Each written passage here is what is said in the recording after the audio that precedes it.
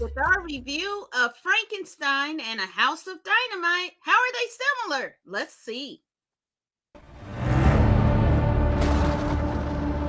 What manner of creature is that?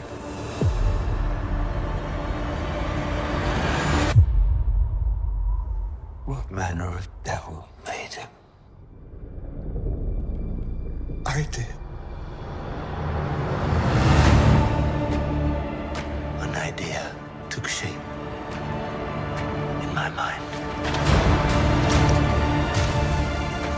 until it became truth. I created death. Much more carnage will ensue. And rage.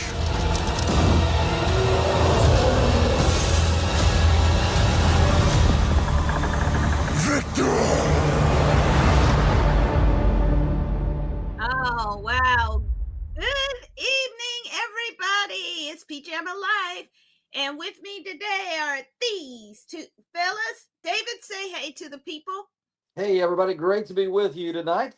It's still a little too bad here in our old Kentucky home, but getting ready for a nice cold spell. Nothing like these shows to kind of warm you up, maybe get you hot under the collar if you didn't like it. We'll see what people say here in a few moments.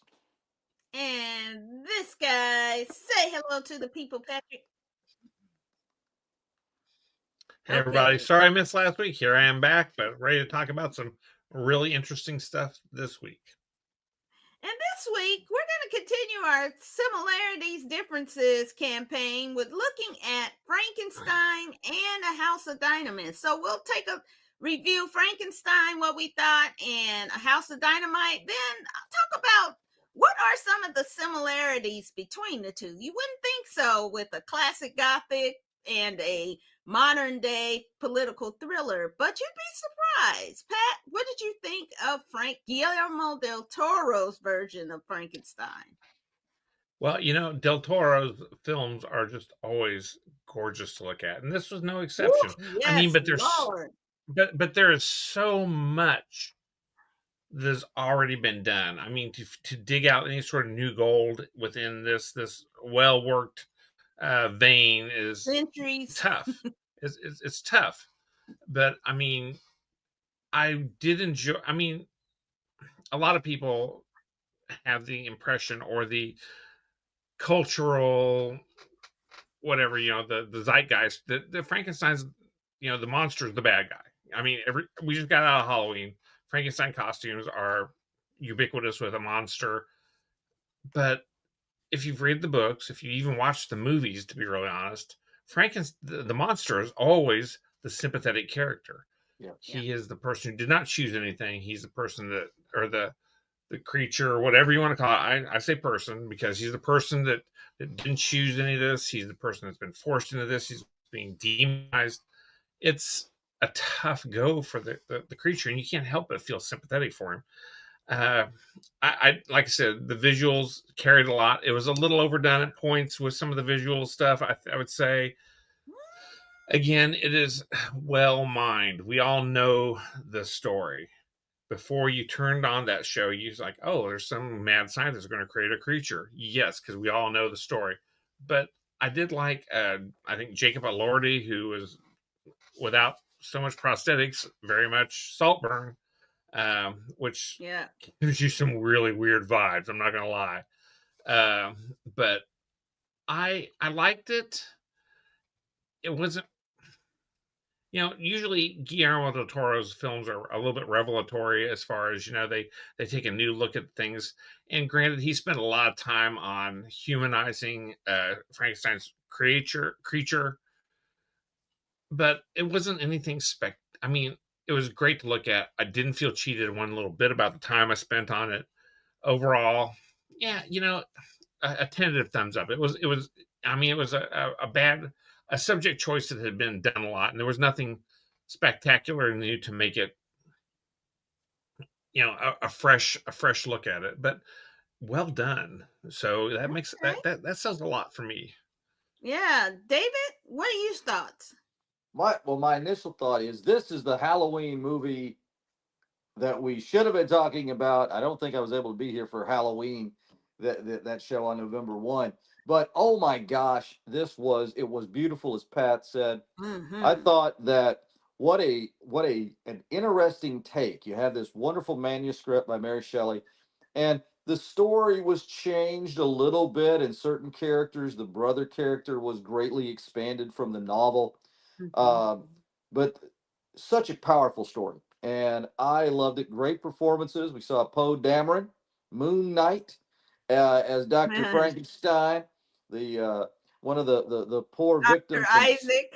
Yeah, that's right, Doctor Isaac. Which and made me think of the Love Boat there for a second, because he certainly was a Oh, PhD in Lord. the behind the bar. Uh, bad reference there. I loved the portrayal of the creature of Frankenstein's monster and the humanity that we see. What a wonderful Right. performance by the young man in this role. Mia Goth, I also thought was a great connecting piece between all the players here, and her performance was outstanding. I need to probably get a little bit more familiar with her work, but I thought she was great in this. And I think this is also some perfect foreshadowing for, as we see in this era of deregulation and just horrific political appointees at Health and Human Services, we want to remind people that the protection of human subjects, There we including, go. yep, Part 97 of the Education Department General Administrative Regulations, also known as the Common Rule, in CFR Part 45, Oh, being Lord. violated up the wazoo in this. Just terrible. No consent, and certainly no issue here of harm being taken place by the subject. So if you'd like to read up a little bit about those regulations, they're still, I think they're still there. They might not even been completely doctored yet. So read those Oh, regs, especially if you Lord. have any sleep issues. But watch Frankenstein. This is a good show. We'll be citing more regulations throughout the evening. No. And listen, this is, as the fella said, so Yeah. gorgeous and lush. Guillermo del Toro knows how to film a beautifully visual, Yeah. just lush work. And I was hoping it would be as good as Nightmare Alley. And it was just the colors, and the costumes were amazing. Yep. Mia Goth's costumes were ridiculously beautiful, and the acting is superb. I mean, you have one, two uh Academy Award, one nominee, and I believe one Christoph double Waltz winner. won. Yeah. Yeah, Yeah. and it shows. And the writing, to take a classic like Frankenstein and infuse a modern element to it, but still keep the gothic nature of it, is really something Guillermo del Toro masters at. Now, I do have a problem because it was way too damn long. I mean, he could have easily shaved off 15-20 minutes of it and tightened it up. But it did give me that much more time to look at Jacob Elordi, who is the finest Frankenstein there's ever been. That was great. Frankenstein's monster. I mean, Frankenstein's monster, his son, I was like, that's crazy to have this super handsome guy be like, he's one of the most handsome men out there in cinema right now. So, but what you didn't see in his good looks, you definitely saw in his brilliant acting here. Yeah. He did an amazing job of infusing such heart and Mhm. depth. Through so many prosthetics, by the way, which is Yes, Oh and impressive. yeah. you Great point. felt every emotion he was feeling, and his height and size even made it more interesting. So I think Mia Goth, I kind of didn't like her character, but I get it. She is a very different kind of heroine in this story, and really interesting to bring in that kind of Catholic information. But Christoph Waltz was always brilliant to me with his funny lines of, a moment in Venus, a lifetime in Mercury. I just thought that was hilarious. Yep. And Oscar Isaac, man, that's a hard role to play, to be the antagonist, but supposed to be the protagonist. But he was so heartless when he was searching for the bodies, and just like, nope, that one, taking people from the gallows and being like, let me check you out. I was just like, ugh. There were a couple scenes in there I was like, gross. And Guillermo Del Toro has to have a couple of gross scenes in all his movies. Well, But go ahead. This is a but masterpiece. but also the supernatural scenes Yeah, were very Guillermo del Toro, like the yeah. angel with the archangel or whatever it was during the dream sequences and stuff were Yeah. very Oh, very yeah. much of his That was And of that's great. his a very oeuvre or Mexican, whatever. it's a Yeah. very Mexican aesthetic too to this Yes, movie. If very you look much. It's at it, great. It very was Spanish, gorgeous. very Mexican, Very Catholic. to harken back to his roots. And you Mhm. see like that eye, he always has some kind of eye in there in all of his movies. So you get all those little touches in midst of this classic story. And what a beautiful movie. I think we all agree, definitely check out Frankenstein on Netflix. And I'm going to do a review of the book and the movie as well. All right. Next up is Kathryn Bigelow's A House of Dynamite. Let's take a peek. Have we seen DEFCON 2 before? No. I always thought just being ready is the point. They see how prepared we are. No one starts a nuclear war.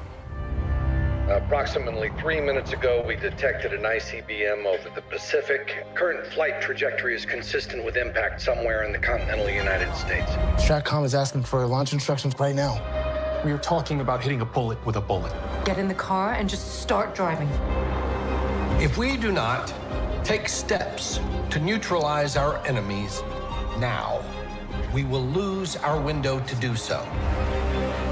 If we get this wrong, none of us are going to be alive tomorrow. None of this makes sense. Making all these bombs and all these plans. All right.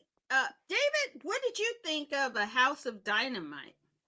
This was a story that really, we've seen some of these films in the past, from the surreal and satirical, like say Dr. Strangelove, to some of the other stories, The Day After from the 1980s. And here we are again with those moments leading up to what could be the end of the world. It was really well done in that, and I kind of know where, and I didn't know where you were going to go with the whole similarities thing between the two flicks, but I think we have an angle that I'll address when we go to that part. But you see these different aspects, these different points of view as folks are doing their job. It's their job in the process, and you see the realities of the just the challenges of everything that takes place here in terms of people are on their day off. There's problems with technology. There's problems with, nothing is guaranteed foolproof. Hitting a bullet with a bullet, one of the key lines there, I thought, um, man, it's a good plan, and it's the best you got, but it not necessarily is going to be that easy. I thought this was wonderfully done. I also think, and I've made one political comment tonight, and I'm going to do another one. You watch this movie and you think about the doofuses, and I'm going to keep it clean by just saying doofuses that are in 1600 Pennsylvania Avenue, and in our command and control, and you're thinking, oh my goodness, can you imagine those morons in this situation? These people, whether they're the different weaknesses or whatever you saw in them, these people were competent. We don't have anyone competent at a time when we really need it, and my goodness, we got lucky the first 4 years. Today, man, another powerful thing in this, and you wouldn't have necessarily caught it, but some of you history buffs might have if you've seen it. When did the Battle of Gettysburg take place? Over the 4th of July. So this tumultuous moment here in this fictional America takes place over the nation's birthday. And I think that's another sobering aspect to this. It's another layer to this aspect, thinking about people, whether they're on their day off or just where we were at different moments as they were reenacting the Battle of Gettysburg there. Wonderfully done, strong performances by everyone in this. I'd almost say docudrama in the way it was done, but I thought it was good to see, sobering, and very different from the Frankenstein film, but a good flick nonetheless. Hug your loved ones a little bit, and see what you can do to dig down your bunkers as we look to duck and cover. But I think this was a good flick. And Pat, how did you like or take the House of Dynamite? Well, to me, it was a cross between Doctor Strangelove and 24. It felt very 24ish, and just Yeah, with the different chapters. the different bits and the real time movement, and just okay, we're getting you right up to this point, and then we're gonna back up a little bit, and we're gonna start over, looking from somebody else's view, and you hear the voices from other parts, and it's just kind of it was very 24-esque to me as far as the actual production values that they've decided. But I will say the thing about it is you can't stop watching it. I started watching it going, okay, and that's we're doing this. Okay, well, but then I'm like an hour and a half later, I'm like, okay, I'm still watching this, and I'm wrapped. It was very, very arresting to make you watch this, even for someone who wasn't, to a certain extent, super interested in perhaps watching it to begin with. It really hooks you. It sets the hook with a bar, and it's going to drag you in because it really does make you think about. The fact is, all of us are sitting around here with crap tons of nuclear weapons, enough to destroy the world over and over again. And I'm sure that the cockroach overlords that will survive the nuclear holocaust in about 2 million years, when they've evolved to a point where they're like us, may hopefully look back and go, we don't want to do that. But here we are with the unthinkable being every minute hanging overhead. Sort of Damocles is there. Right. It is for sure waiting for us. And with Idris Elba, my wife's watching Idris Elba, and she's like, "Why is everything sexy?" Because Idris Elba, he can't help it. He just fine. And I'm like, it's not sexy. She goes, it's a little bit sexy, and I'm like, okay, and which is the Doctor Who line, by the way, for those of you that knew that. But it's just good casting, wonderful. Yeah. It was very, like I said, very arresting. I mean, even though I didn't really want to watch it, even though I've seen, and that would, that's one of those things that you've seen this before, but we're still here. No one's learned.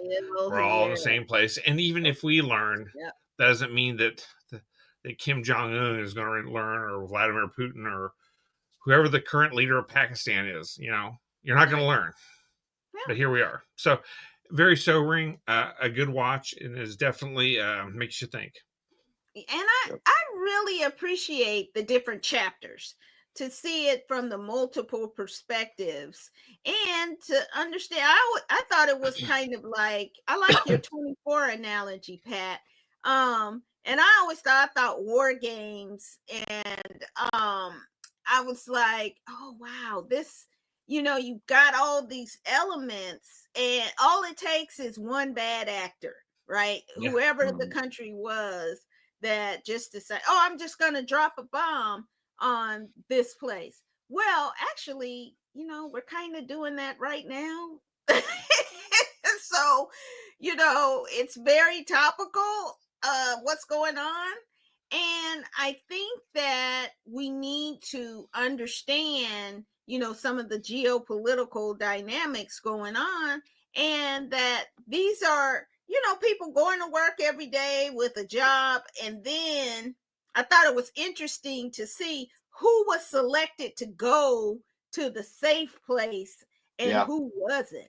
And imagine you sitting up there doing that job, and now you got to still sit there and do that job where some other joker gets taken out and will be safe.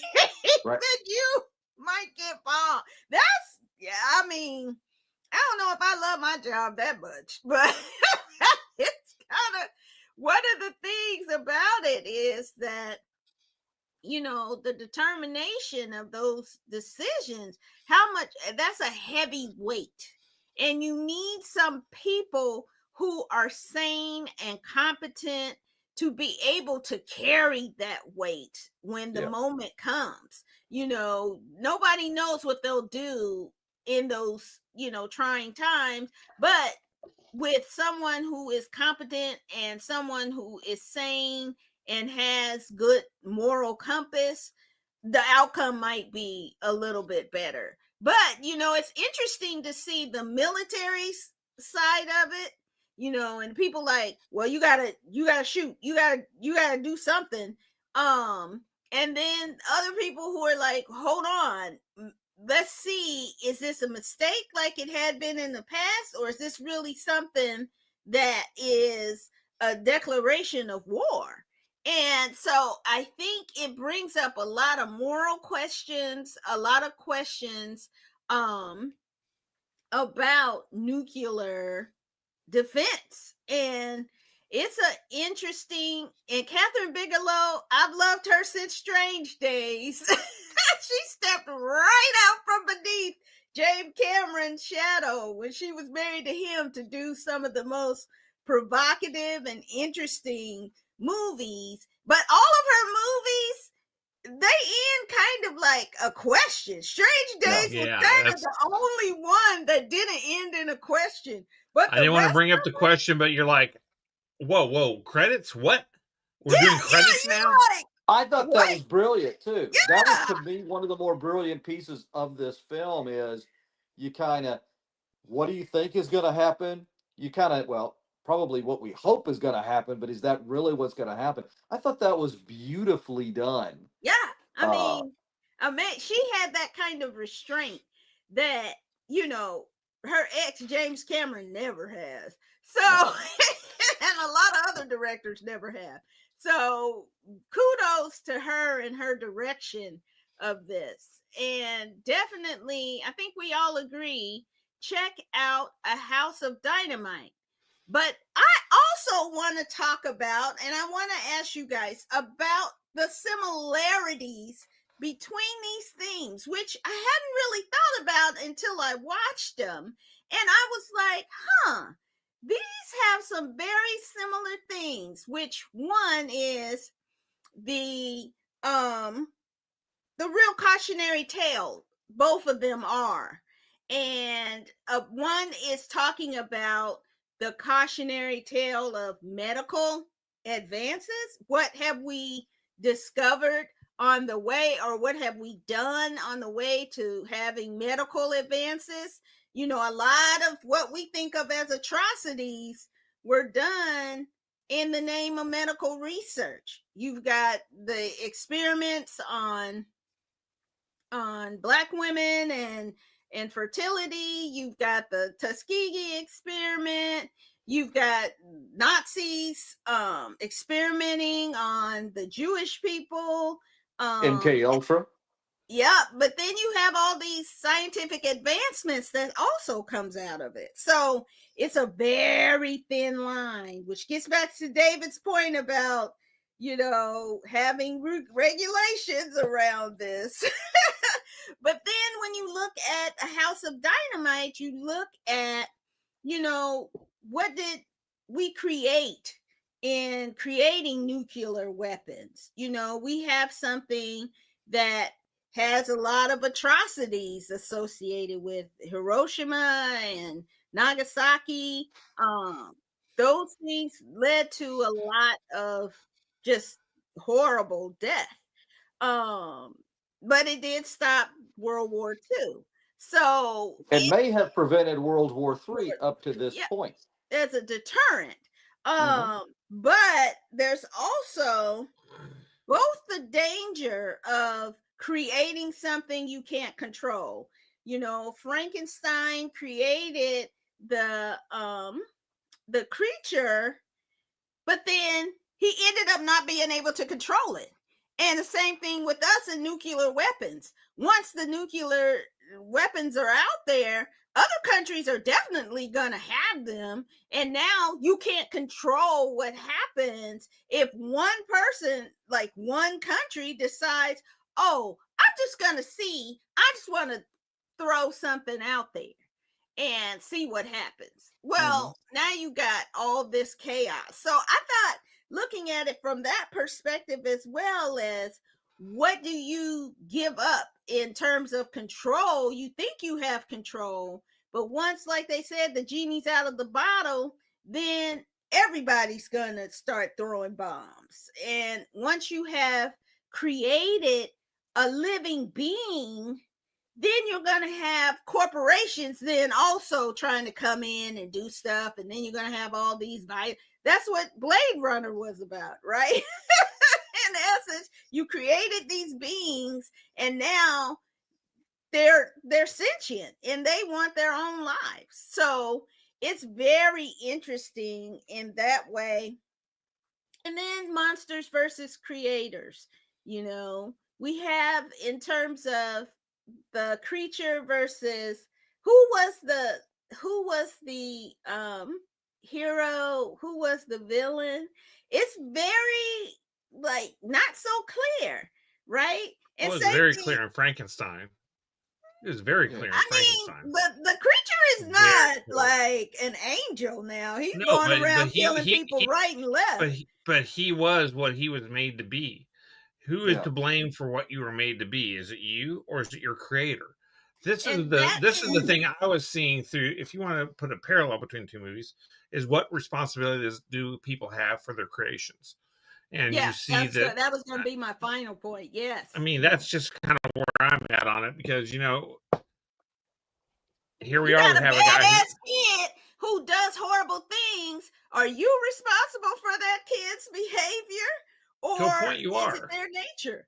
And Yeah, same thing with weapons. You know, those they're your silly children. people who say, oh, a gun doesn't kill people. A person doesn't Makes it a kill lot easier to people. kill people. A bullet Makes it kills a people. lot easier to kill people than Yeah. Well, it does, but you also see something here, and the response, and of course, it goes into that whole nature nurture thing on the Frankenstein aspect. Typically, those things we create are coming from our own DNA, and obviously, there's yeah, the nurture true. aspect. So there's that piece. But one of the things that I saw with this film, with the House of Dynamite, which I was a little disappointed. I thought it was going to be like the final, kid and play house party movie when we started the title. No such luck. Uh, Deep bad cut. But one of the things is No, it was when a you good cut. see the procedures, and they're focusing on that, and the Frankenstein didn't have any like regulatory control. There was no institutional review board telling Frankenstein you can't do this kind of stuff. But it's Really. because of stuff like that is why we had to eventually have Oh, absolutely. institutional No. We review have, board. we did, but with the House of Dynamite flick, what you saw was they're like, these are the protocols, these are the procedures, this is everybody doing their job, and they're just kind of falling in line, and it reminds me so much of everything that led up to the beginning of the First World War. We had one thing that hit. In this case, Yep. here we're talking. This movie had the death of 10 million Americans in Chicago on the 4th of July. Yet you think that what was called the Great War, it was started because one man killed one man. Right. But there was this, everything is in motion with these treaties and plans. And if you do this, then we do that. And there wasn't even any like, there were moments throughout the year of 1914 to pull back where we wouldn't have had this, but it happened. Here in this flick, we see opportunities to kind of hold back, levels of discretion that In could 20 have. minutes. Yeah. Yeah. I mean, it's a short window, but, and again, they caught it on a day when no one's around. Uh, so there's that, but nonetheless, there were moments where you could stand back. You don't have to let the tide of current events dictate everything if you've got the vision and courage to stand up for a moment just to see. But again, these were fun movies to watch, and they're also, if we're talking here, very thought provoking. I mean, this is one of the deeper conversations that we've had, Kid and Play or a reference to Mortal Kombat, which had to be done, notwithstanding. I Oh haven't heard one of God. those in a while, but I am ready. Ah, I'm not there for that you, Dave. again. I am All there right. for Oh, you. got to, man. We're not gonna go there. But what are your thoughts on the Yeah. similarity between the Frankenstein um and the movie of the House of Dynamite? I think there's a lot there, and I hope that you in the comments will share your thoughts. All right? Okay. That takes us to the end of our show. And by the way, if you really like this discussion and would like to see more, hit that like button and subscribe to our Pajama Life channel for all the latest reviews on streaming and in theaters. And next week, we will review a really interesting series on Prime Video called Unburied, about a girl who develops superpowers, where she can identify souls through eating dirt. Interesting. And also, we are going to take a look at the Eddie Murphy documentary, Being Eddie. Finally, we'll get to hear from Eddie Murphy in his own words about his rise and his troubles and fame. So definitely come back next week. Might be a little lighter show than this week. But Patrick, got some final words for the people? Other than if you got a garden, get your stuff in. It's about to freeze. That's my weekend plans, is getting everything tore down and ready for the winter. David, say goodnight to the people. Everybody, thanks for joining us tonight, and hope you have a wonderful week. And come back next week. We're gonna have some more good stuff. Watch something fun. Watch something that makes you think, and watch something with someone you love. So long. And I say, read a book, especially read the Bill of Rights and the Constitution while you can. And we will see you next time. Take care. Thanks to everybody who got out there and vote. You got to do it again in 12 months' time. We'll see you next time. Take care. Bye.